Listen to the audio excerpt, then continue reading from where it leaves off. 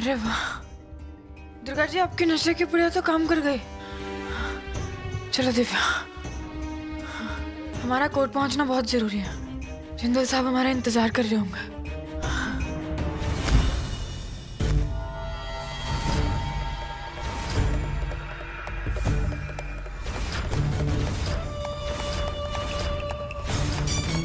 Boss, बहुत जोर से सर घूम रहा है।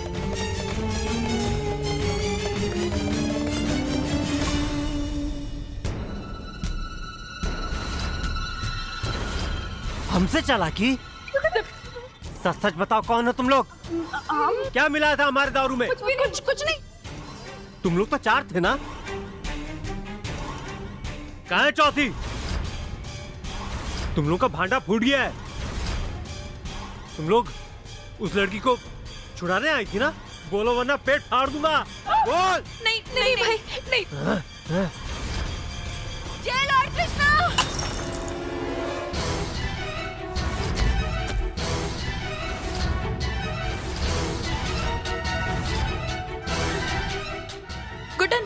गुडन, दिव्या कहाँ है? दिव्या कहाँ है?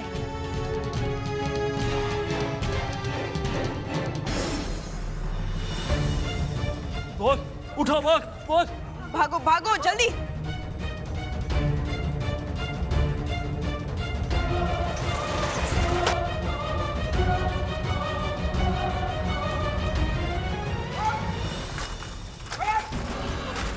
जी, हमारे पास वक्त बहुत कम है। आप एक काम कीजिए, आप और लक्ष्मी बहू दिव्या जी को लेकर कोर्ट पहुंचिए। हम और सरस्वती बहू बाद में आते हैं। लक्ष्मी चलो।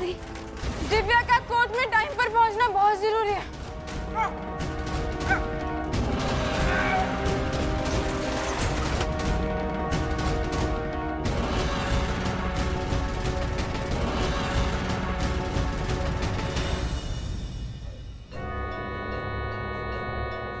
हेलो साहब, इधर मैटर हो गया है। कुछ औरतें आई थी, कोई लड़की दिव्या, उसे भगा ले गई है। कोई दुर्गा और लक्ष्मी लेडीज के साथ भागी है वो। तुम गुड्डन के पीछे जाओ, बाकियों को मैं देखता हूँ। ठीक है साहब।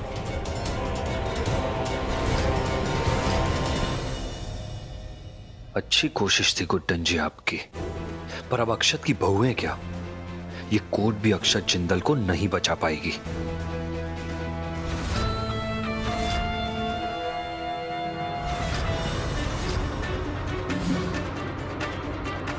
आराम से। तो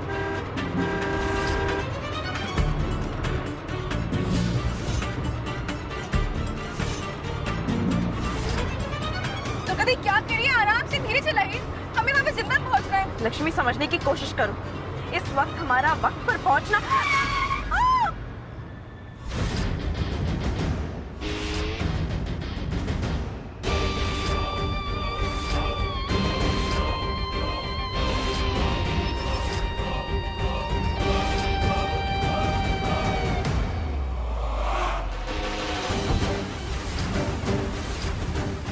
बाहर निकलिए।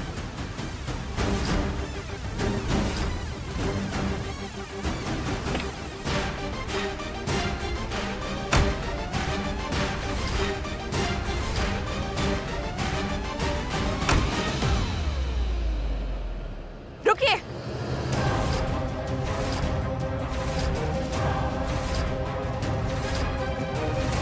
आप लोगों को क्या लगा आप इसे न्यायालय ले जाएंगे और हमें खबर नहीं लगेगी? हटिए हमारे रास्ते से। आपको बाहर आने के लिए अलग से कहना पड़ेगा क्या?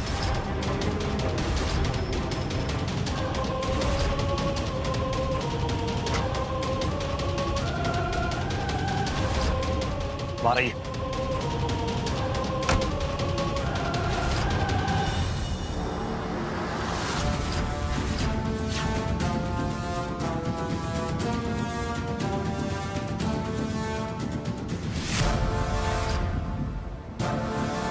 दिव्या कहाँ है? कहाँ है दिव्या? क्या हुआ? आपको इस बात की खबर नहीं लगी? वो वही है जहां उसे होना चाहिए, उसकी सही जगह पर। और थोड़ी ही देर में कोर्ट भी पहुंच जाएगी।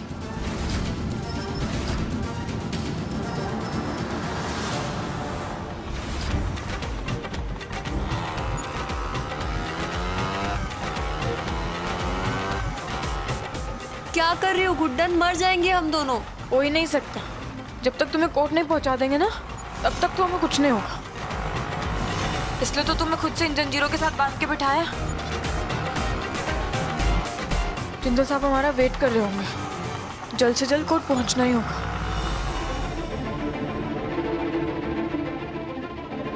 कहाँ हो तुम गुड्डन? तुम किसी मुसीबत में तो नहीं हो ना? आज हमने पक्ष और विपक्ष दोनों की दलीलें सुनी, लेकिन मिस्टर अक्षत जिंदल, जिनके पास ऐसा कोई ठोस सबूत नहीं है जो उन्हें बेगुनाह साबित कर सके, तमाम सबूतों और गवाहों को मद्देनजर रखते हुए यह अदालत मिस्टर जिंदल को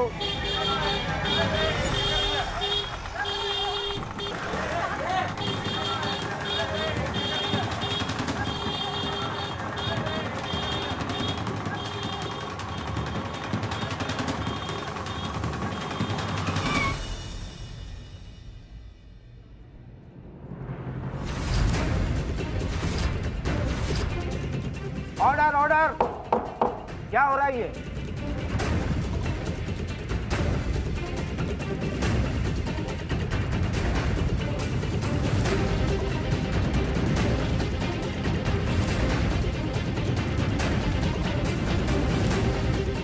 जज अंकल, ये रहा जिंदल साहब की बेगुनाही का सबूत।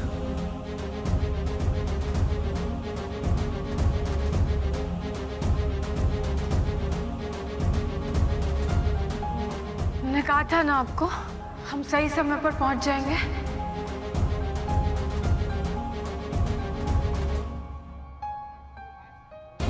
जज अंकल, हम जानते हैं कि हमने जो किया गलत किया। हमें स्कूटर अंदर कोर्ट में नहीं लेकर आना चाहिए था, पर हमारे पास सच को सामने लाने का कोई और तरीका ही नहीं था। आप हमें जो सजा देंगे ना, हम भुगतने के लिए तैयार हैं। पर आप बस 5 मिनट के लिए, बस 5 मिनट के लिए इनकी बात सुन लीजिए। गुड्डन जी, आपने आने में थोड़ी देर कर ली। अदालत अपना फैसला ले चुकी है, जिसमें कोई बदलाव नहीं हो सकता।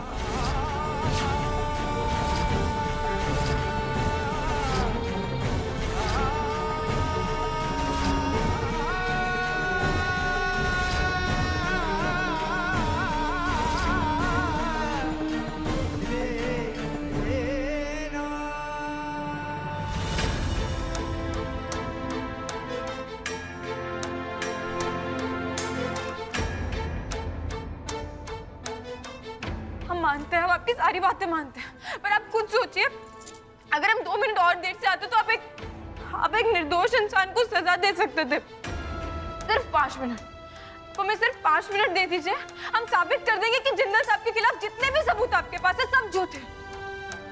सिर्फ 5 मिनट इसे बोलने दीजिए, आप एक निर्दोष इंसान को बचा सकते हैं। प्लीज जज साहब।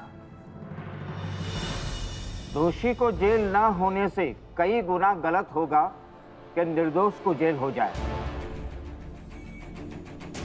आपके गवाह को जो कुछ भी कहना है कटघरे में आके कहिए।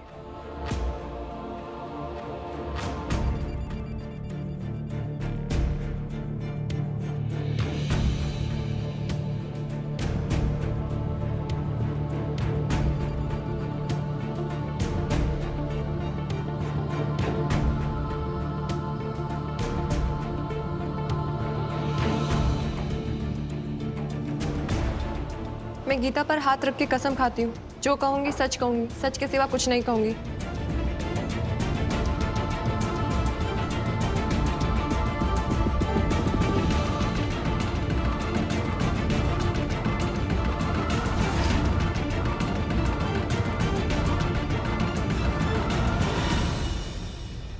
जज साहब, मेरा नाम दिव्या है। मैं वॉइस डबिंग का काम करती हूँ। मैं फिल्मों और नाटकों में अपनी वॉइस डब करती हूँ। मुझे पैसों की सख्त ज़रूरत थी, इसलिए रावत सर के कहने पर मैंने अंतरा जी की आवाज़ उस कैसेट में डब करी थी।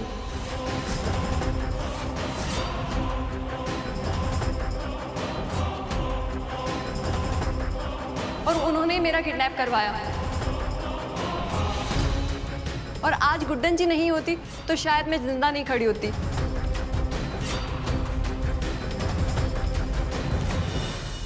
मिस्टर रावत, क्या ये सच कह रही हैं?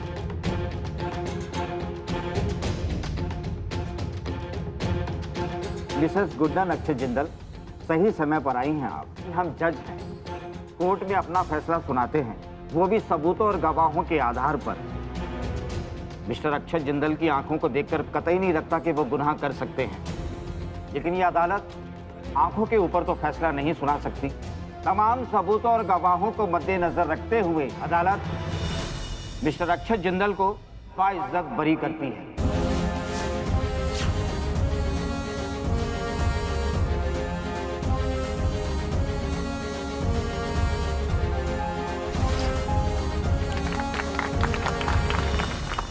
Order order.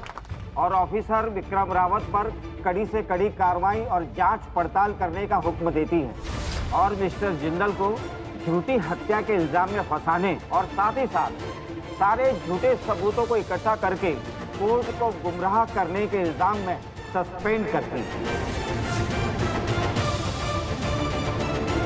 Officer, mister Rawat से उनकी सर्विस गन और उनकी आइडेंटिटी तुरंत ले ली जाए।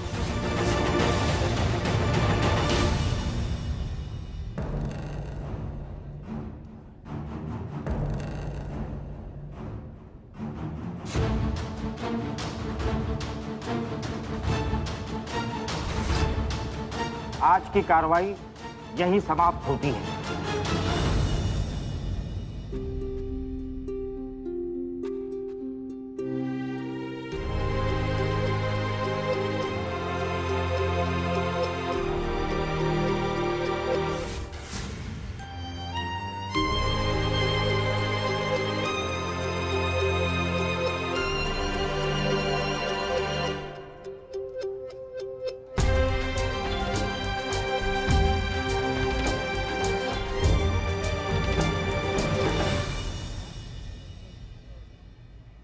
रावत जी रुकिए। रावत जी,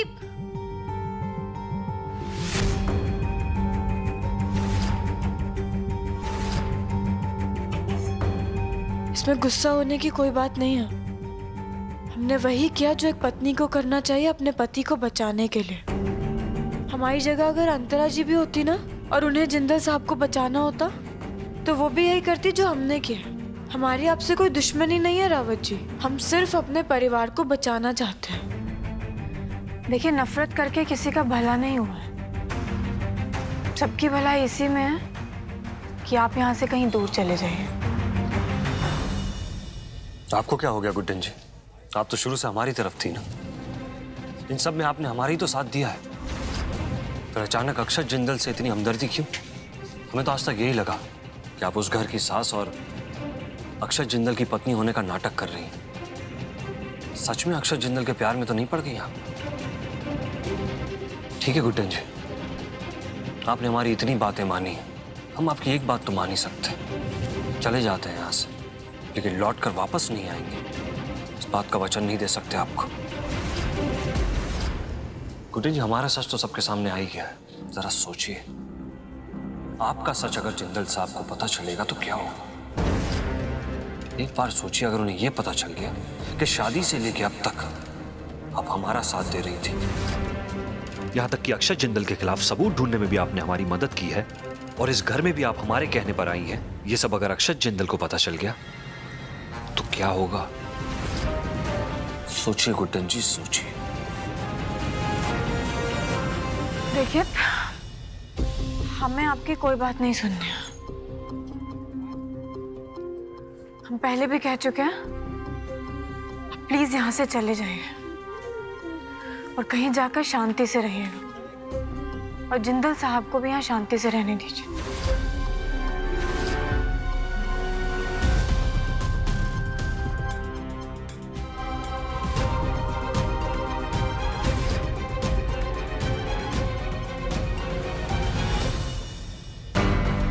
तुम आपकी अर्धांगिनी हाथ जोड़कर हमसे विनती कर रही है कि हम यहां से बहुत दूर चले जाएं और वही बेवकूफी करें तुम पर भरोसा करने की जो ये खुद कर रही है।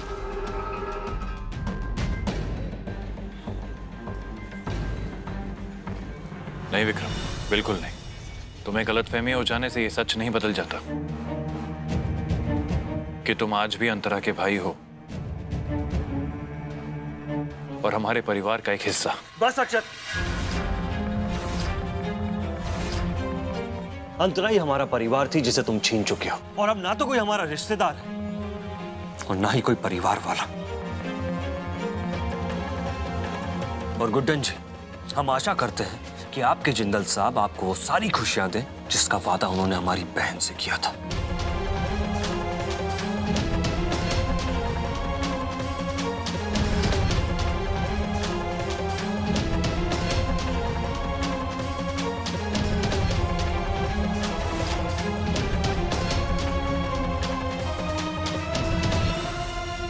जाने दे लल्ला, इसकी बातों को दिल पे मत लेना, बुद्धि भ्रष्ट हो गई है इसकी। रावत जी सही कह रहे हैं। इससे पहले जिंदल साहब को सच कहीं और से पता चले, हम आज सब कुछ उन्हें खुद बता देंगे।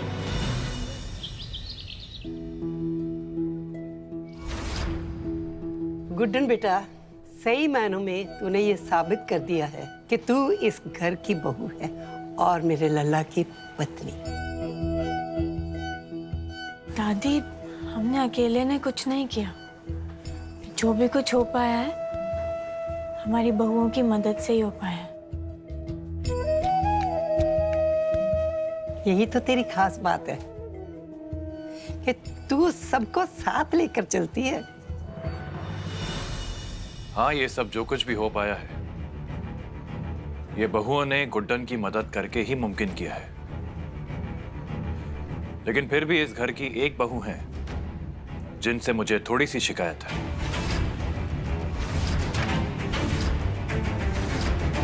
सरस्वती बहू जी। क्या आपको अब भी लगता है कि रेस्टोरेंट आपको ही चलाना चाहिए? एजे, ये आप कैसी बातें कर रहे हैं? वो रेस्टोरेंट और उसकी इज्जत दोनों खतरे में थी, तो जो कुछ भी किया मैंने उसको बचाने के लिए किया है। और अब तो आप घर पे वापस आ गए हैं, तो चाबियां भी आपकी और रेस्टोरेंट भी आपका। और आपसे बेहतर सारी जिम्मेदारियां 1760 साल में भी कोई नहीं निभा सकता। एजे, सॉरी। भाई, मैं तो बेहद खुश हूँ कि आज शिवरात्रि के दिन मेरा लल्ला घर वापस आ गया है। शिव और पार्वती लग रहे हो तुम दोनों।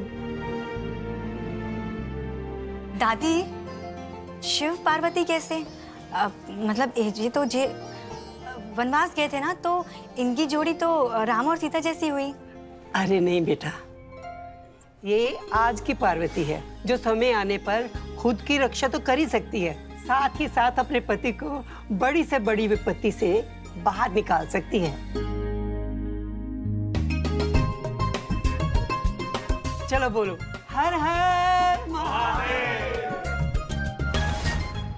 ओम जय शिव ओंकारा, प्रभु हरि शिव ओंकारा, ब्रह्मा विष्णु सदा शिव अर्धांगी धारा। हे भोलेनाथ, मेरे परिवार पर यूं ही अपनी कृपा दृष्टि बनाए रखना और सब ऐसे ही हंसते मुस्कुराते रहे, बस। मुझे कुछ काम है माँ, मैं अभी आता हूँ।